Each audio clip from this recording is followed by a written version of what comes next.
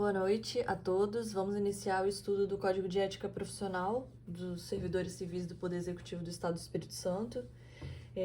Anteriormente já iniciei o estudo da Lei Complementar 46, que é o RJU, Regime Jurídico Único dos Servidores.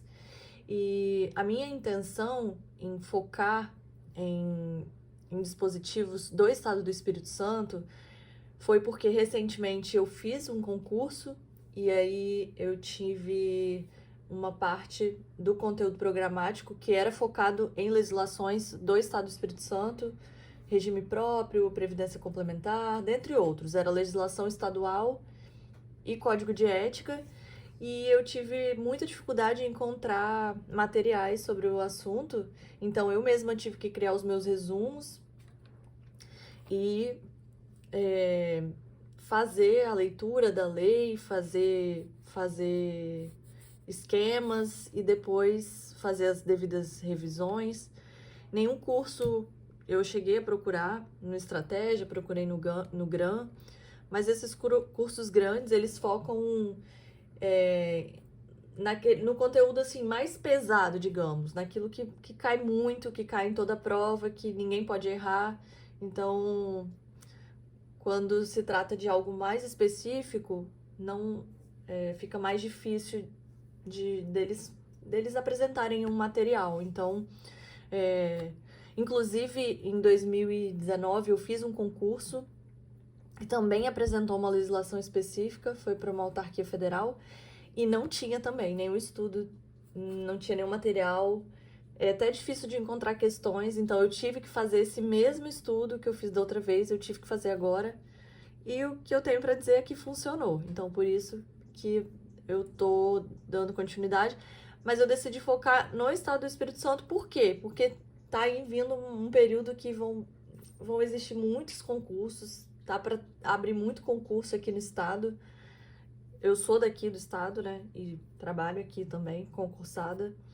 Então, eu decidi direcionar o estudo para a parte de legislações todas referentes ao Estado do Espírito Santo, e fiquem aí à vontade para participar do estudo, para poder fazer a leitura. Eu sei que a leitura, às vezes, ela é muito cansativa, então ter alguém para acompanhar e para fazer essa leitura, assim, né, da lei seca, artigo por artigo, eu acho que torna um pouco mais leve.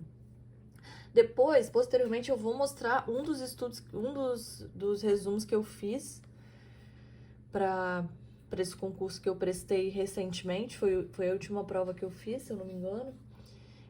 E que funcionou. Então, depois, num outro vídeo, eu posso até mostrar esse resumo, até para trazer uma ideia, dar um norte, assim, de como fazer. Às vezes a gente acha até que, ainda mais eu que estudo há muito tempo e sempre vi pessoas estudando e fazendo resumos lindos, coloridos e tudo mais, e eu nunca fiz dessa forma.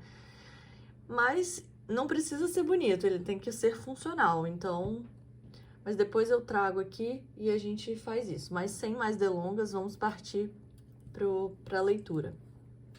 Então, o Decreto 1595 de 2005, e ele institui o Código de Ética dos Servidores Civis do Poder Executivo do Estado do Espírito Santo.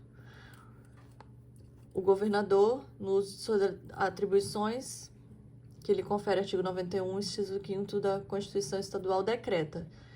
Artigo 1º, fica instituído o Código de Ética dos Servidores Civis do Poder Executivo do Estado do Espírito Santo, que com este decreto se publica. O decreto entra em vigor 90 dias após a publicação, então 2005, né? Já está em vigor há muito tempo. Palácio da Fonte Grande, aqui é o endereço, né? Da sede do governo. Na época, Paulo Artung, governador do estado. A apresentação, a busca pela transparência das suas ações e a necessidade de estabelecer critérios claros e objetivos para a conduta de seus agentes levaram o governo do estado a elaborar o Código de Ética. Para dar legitimidade ao processo de elaboração do referido código, o governo estadual utilizou a consulta pública como importante instrumento de participação social e exercício da democracia. Agora, após todo o processo de discussão, entregamos à sociedade capixaba o Código de Ética Profissional, dos servidores civis do Poder Executivo do Estado do Espírito Santo, instrumento de valorização do servidor e do serviço público.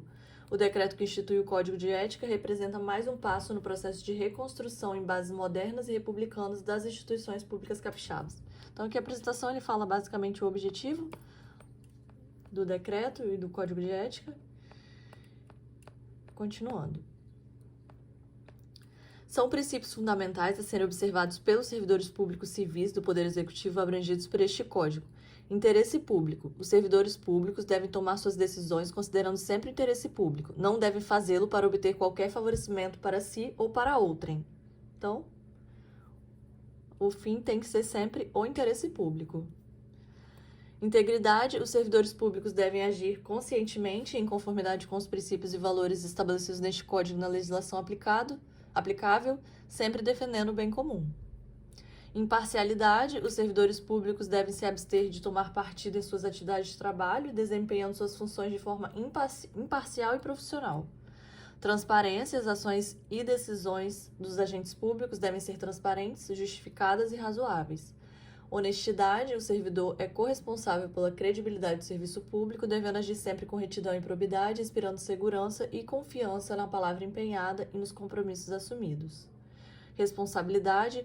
O servidor público é responsável por suas ações e decisões perante seus superiores, sociedade e entidades que exercem alguma forma de controle, aos quais deve prestar contas, conforme dispuser lei ou regulamento.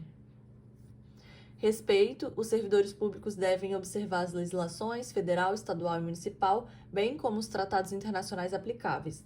Devem tratar os usuários dos serviços públicos com urbanidade, disponibilidade, atenção e igualdade, sem qualquer distinção de credo, raça, posição econômica ou social.